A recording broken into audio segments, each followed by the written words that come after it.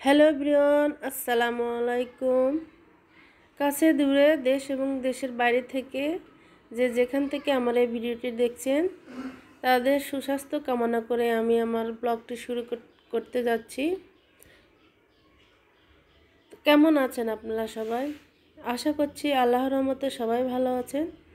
আলহামদুলিল্লাহ, আমরাও সবাই ভালো আছি। তো আমার ভিডিওর কোনো অংশ আপনাদের কাছে যদি ভালো লাগে তাহলে প্রথমে বলছি ভিডিওটি লাইক দিয়ে ভিডিওটি কন্টিনিউ করে যাবেন।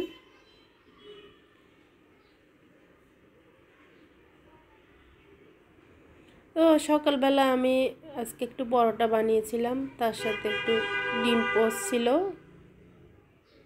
আর বাচ্চাদের জন্য একটু পাস্তা বানিয়েছিলাম, কারণ ওরা কিন্তু রুটি বা পরোটা এগুলো কিন্তু খেতে চায় না। তো যেগুলো পছন্দ করে আমি কিন্তু ওগুলাই রান্না করার চেষ্টা করি। তো যাই হোক, এখন এই যে এটা কিন্তু আমার মেয়ে স্কুল থেকে খেলায় ফার্স্ট হয়েছিল, তো পেয়েছে গিফট, তো সেটা আমি রেখে দিলাম। আর একটা তো আমার হাজব্যান্ড আমাকে ম্যারেজ ডের সময় গিফট করেছিল। তো এখন তো শীত চলে গেছে, তো এই দুটোর আর লাগবে না, সেজন্য আমি কিন্তু শোকেসের মধ্যে ঢুকিয়ে রাখলাম। আর দেখলাম যে আমার টেবিলের উপরে একটু ময়লা হয়েছে, তো প্রত্যেক দিন তো আমি মুছি, তারপরে এত ধুলা থেকে আসে। প্রত্যেক দিন 2বার করে মুছতে হয়। তো সুন্দর করে আমি মুছে নিচ্ছি। মুছিয়ে তো টেবিলের উপরের অংশটা আমি একটু সুন্দর করে একটু গুছিয়ে নিব।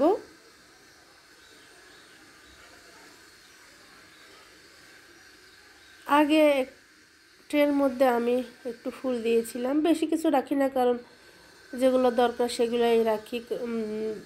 বেশি কিছু রাখলে কিন্তু ধুলোবালি পড়ে, এগুলো কিন্তু নিজেকেই পরিষ্কার করতে হয়। তো ভাবলাম যে যেটা চোখের সামনে সুন্দর লাগে, তো আমার কাছে কিন্তু এই ফুলগুলো আগে ছিল টিউলিপ ফুল। এগুলো কিন্তু এই ফুলগুলোও আমার হাজব্যান্ড আমাকে গিফট করেছিল। তো সেগুলো দিয়ে আমি আমার টেবিলের উপরের অংশটা সাজিয়ে নিব। আর এটাও গিফটের ফুল পাওয়া। এটা কিন্তু আমি যে এই ল্যাম্পটা মেলা থেকে নিয়েছিলাম, আর এই যে এটা কিন্তু আমার নিজের হাতেই করা। নিজের হাতের জিনিস দিয়ে ঘর সাজাতে আমার অনেক ভালো লাগে। তো আমি যে পানির জগ রাখি তার নিচে কিন্তু আমি একটা ম্যাট দিই, কারণ ম্যাট দিলে দাগ হয় না, আর দেখতেও কিন্তু অনেক সুন্দর লাগে। আর ম্যাটটা দিলে হয় কি, এখানে আমার ছেলে মেয়ে সবাই এখানেই রাখে, আর না হলে কিন্তু পানির খাবারের জগটা এলোমেলো অবস্থায় রাখে। আর এই যে এখানে 2টো গ্লাস রাখলাম, আর বেশি আমি রাখবো না। গ্লাস স্ট্যান্ড আছে, কিন্তু ওগুলা রাখলেও আমার সব গ্লাসই তো ব্যবহার হয় না, ময়লা হয়, তাই যেগুলো দরকার আমি সেগুলোই রেখেছি। তো কেমন হয়েছে আপনারা কমেন্ট করে জানাবেন, আর কিভাবে সাজালে ভালো লাগে সেটাও আপনারা আপনাদের মূল্যবান মতামত আমার সাথে শেয়ার করতে পারেন, তাহলে কিন্তু আমার অনেক ভালো লাগবে। তো আমরা যেহেতু সরিষার তেল খাই, তো অয়েল জারগুলা খালি হয়ে গিয়েছিল, সেগুলাই উঠে নিচ্ছি। আসলে সয়াবিন তেলটা আমি একেবারে খেতে পারি না। ভাজি পুরির জন্য সয়াবিন তেলটাই রাখা হয়, আর সরিষার তেলটাই রান্নার কাজে ব্যবহার করি।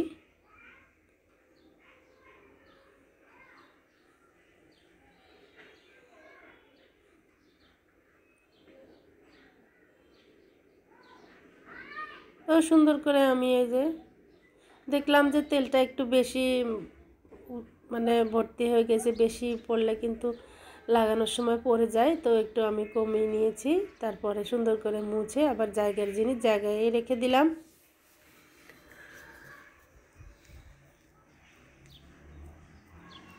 তো যাই হোক, এখন রান্না বান্নার কাজে চলে এসেছি। আজকে আমি রান্না করব কাতলা মাছের রুই মাছের কালিয়া রান্না করব। এই রান্নাটা অনেক মজার একটা রান্না। তো আপনারা যদি ভালোভাবে দেখেন তাহলে কিন্তু পারবেন, অনেক টেস্ট হয়। তো চাইলাম আমি আমি আমার এই রান্নাটা একটু আপু ভাইয়াদের সাথে শেয়ার করি। আপনারা তো পারেন, তারপর আমি যা জানি সেটাই দেখালাম। তো ভিডিওটা যদি টেনে দেখেন তাহলে কিন্তু বুঝবেন না, না টেনে যদি সম্পূর্ণ ভিডিওটা দেখেন তাহলেই কিন্তু এই রান্নাটা করে নিতে পারবেন। তো সরিষার তেল দিয়ে দিলাম পরিমাণ মতো।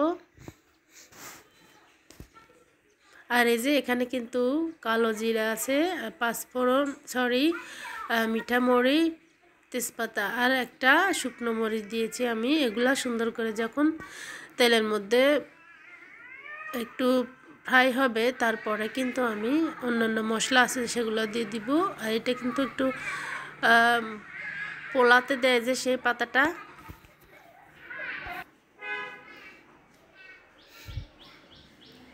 তো তেলটা যাতে না ছিটে সেই জন্য কিন্তু আমি আগে একটু লবণ দিয়ে দিলাম।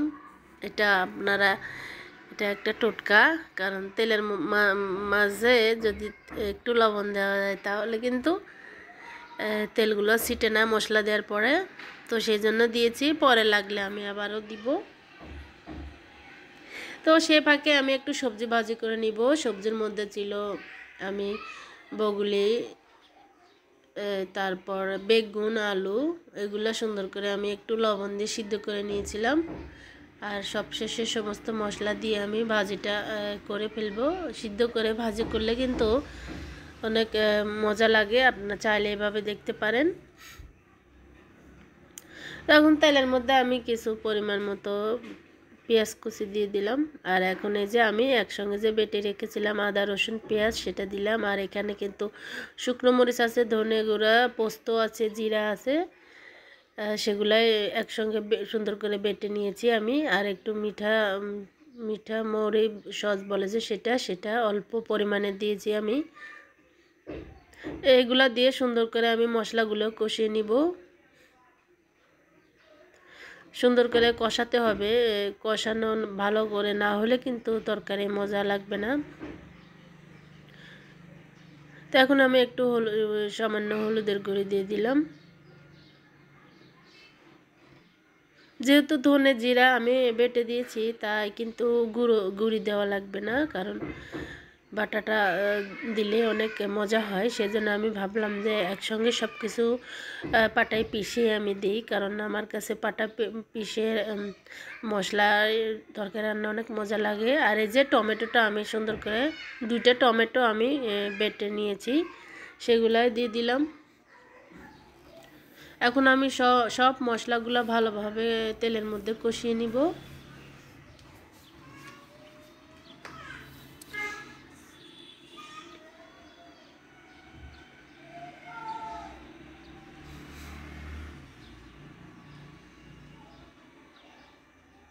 তো আমি একটু, যেহেতু আমরা ঝাল পছন্দ করি, তো একটু আর কাশ্মীরি কালারটা যেহেতু নাই তাই আমি মরিচের গুঁড়ি দিলাম। আর একটু এই যে কাঁচামরিচ বাটাটাও দিয়েছি। কাঁচামরিচ বাটার দিলে কিন্তু বেশি তরকারি মজা লাগে। সেম প্রসেসে আপনারা এভাবে রান্না করে দেখবেন, অনেক মজা হয় কিন্তু এই মাছের কালিয়াটা। আমি এর আগে একবার রান্না করেছিলাম, আজকে আবার রান্না করলাম। তো আমার হাজব্যান্ড ভাত খাওয়ার সময় বলছে অনেক এই তরকারিটা অনেক টেস্ট হয়েছে। পোস্ত দানাটা দেওয়ার চেষ্টা করবেন, পোস্ত দানা তরকারিতে দিলে অনেক স্বাদ হয়। থাকলে দিবেন, না থাকলে সরিষা, অল্প একটু সরিষা দিলেও হবে। আসলে যেটার মধ্যে যা লাগে সেরকম হলে কিন্তু ভালো হয়। আমি কিন্তু একসঙ্গে 2টো রান্নাই করে নিচ্ছি, কারণ এমনিতেই অনেক লেট হয়ে গেছে। তো তাই আর মানে সময় বাঁচানোর জন্য আমি খুব তাড়াতাড়ি রান্নাটা করে ফেলছি। তো আমি আগে একটু লবণ দিয়েছিলাম, আবার একটু লবণ দিয়ে দিলাম। তো ভালো করে কষিয়ে নিব আমি। তো ওই যে সবজি যেগুলো আমি সিদ্ধ করে রেখেছিলাম লবণ দিয়ে, সেগুলো দিয়ে দিলাম। যেহেতু সিদ্ধ করা সবজির সময় লাগবে না, আমি কিন্তু এই সবজির মধ্যে একটু পাঁচফোড়ন দিয়েছি। সবজি ভাজির মধ্যে পাঁচফোড়ন দিলে কিন্তু অনেক স্বাদ হয়, আপনারা এভাবে দেখতে পারেন। তো টক দই দিয়ে দিচ্ছি। আমার বাসায় টক দই ছিল না, নিজেই আমি টক দই তৈরি করে নিয়েছি ভিনেগার আর গুঁড়া দুধ দিয়ে। তো টক দই এভাবে আপনারা বাসায় না থাকলে তো চটজলটি টক দই তৈরি করে নিতে পারেন। তো এখন এই যে আমি গরম পানি দিয়ে দিচ্ছি। গরম পানি দিলে কিন্তু তরকারি অনেক মজা হয়। আর এই যে আগে থেকে আমি যে আলুগুলা ভেজে রেখেছিলাম একটু হলুদ আর লবণ দিয়ে সেগুলাই দিয়ে দিলাম। তো এগুলা দেওয়ার পরে আমি সুন্দর করে একটু, আর এই যে মাছটা যে আমি আগে থেকেই ভাজি করেছিলাম, মাছের মধ্যে আমি মরিচের গুঁড়ি, হলুদের গুঁড়ি, লবণ দিয়ে মাছটা সুন্দর করে আগেই ভেজে রেখেছি। আর এই যে চিনি দিলাম। চিনি দিলে এই রান্নার স্বাদটা আরও বেড়ে যাবে। চিনিটা দিতে হবে মাস্ট, না দিলে কিন্তু হবে না, চিনি দিয়ে দিবেন। তো আমার আর একটু পানির দরকার ছিল, তো আর একটু পানি দিয়ে দিলাম। পানি দিয়ে মাছগুলো দিয়ে তারপরে সুন্দর করে আমি যখন হবে তখন আমি নামিয়ে ফেলবো। তো আপনাদের কাছে আমার একটা রিকোয়েস্ট, যে যদি আমার ভিডিওর কোনো অংশ আপনাদের কাছে ভালো লাগে তাহলে আমার চ্যানেলটি সাবস্ক্রাইব করে আমার সঙ্গেই থেকে যেতে পারেন। আর যদি বেশি ভালো লাগে তাহলে আপনি চাইলে আপনার কাছের মানুষের কাছে আমার ভিডিওটি শেয়ার দিতে পারেন, তাহলে কিন্তু আমার অনেক ভালো লাগবে। ভিডিওর মধ্যে কোনো ভুল ত্রুটি হলে প্লিজ আপনারা ক্ষমা সুন্দর চোখে দেখবেন। আর কোনো কিছু জানার থাকলে কমেন্ট বক্সে আপনারা কমেন্ট করতে পারেন। আপনাদের কমেন্ট পেলে আমার কাছে অনেক ভালো লাগবে। তো যাই হোক, আমি এই যে কথা বলতে বলতে কিন্তু মাছগুলোও দিয়ে দিলাম। ভিডিওটি একটু বড় হয়ে গেছে, আপনারা না টেনে ভিডিওটি সম্পূর্ণ ভিডিও দেখবেন। ছোট করলে আসলে কোনো কিছু বোঝা যায় না, তাই আমি কাটিনি, পুরোটাই আমি দিয়েছি। এই যে সবশেষে আমি একটু ধনেপাতা দিয়ে দিলাম।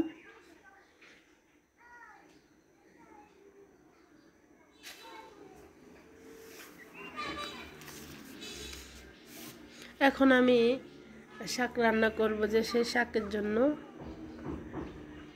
কিছু মশলা ভেজে নিয়েছি। এই যে আগে থেকে মূলো শাকগুলো আমি সিদ্ধ করে রেখেছিলাম, সেগুলো দিয়ে দিব। শাকের পিঠালি বলে যে, সেটাই রান্না করব। এটা পুরোপুরিভাবে আমি দেখালাম না।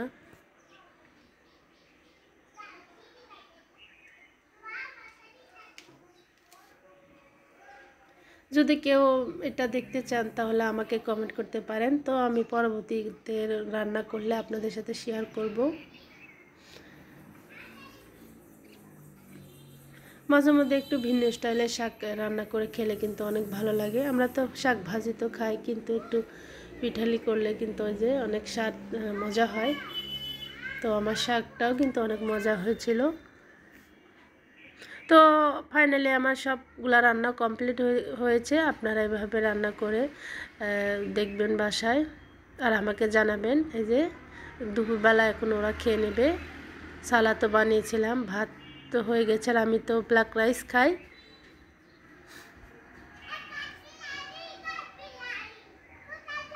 তো এখন দুপুরে খাওয়া দাওয়ার পরে বিকেলবেলা নাস্তা তো বানাতে হবে। তো নাস্তার জন্য আমি আজকে একটু নাস্তা বানিয়ে নিচ্ছি।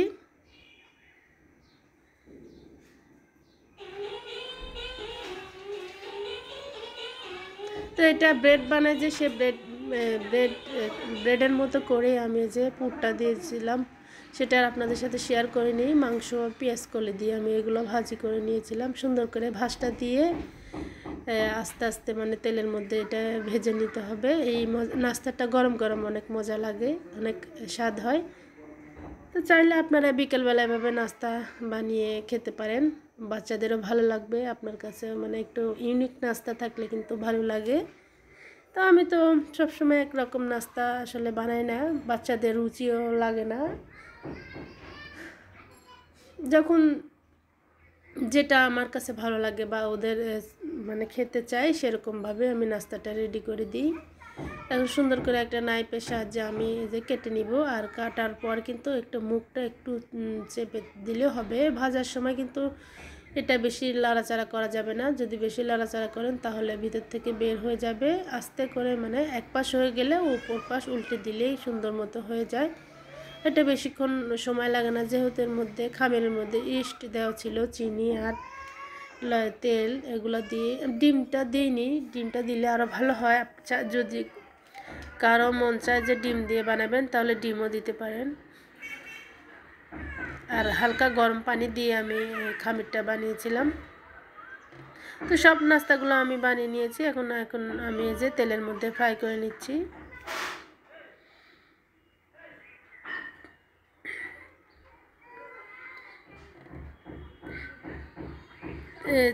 তেলটা কিন্তু বেশি গরম করা যাবে না, হালকা গরম করে তারপরে কিন্তু এগুলা সুন্দর করে ভেজে নিতে হবে। বেশি গরম করলে কিন্তু পুড়ে যাবে, ভিতরে হবে না।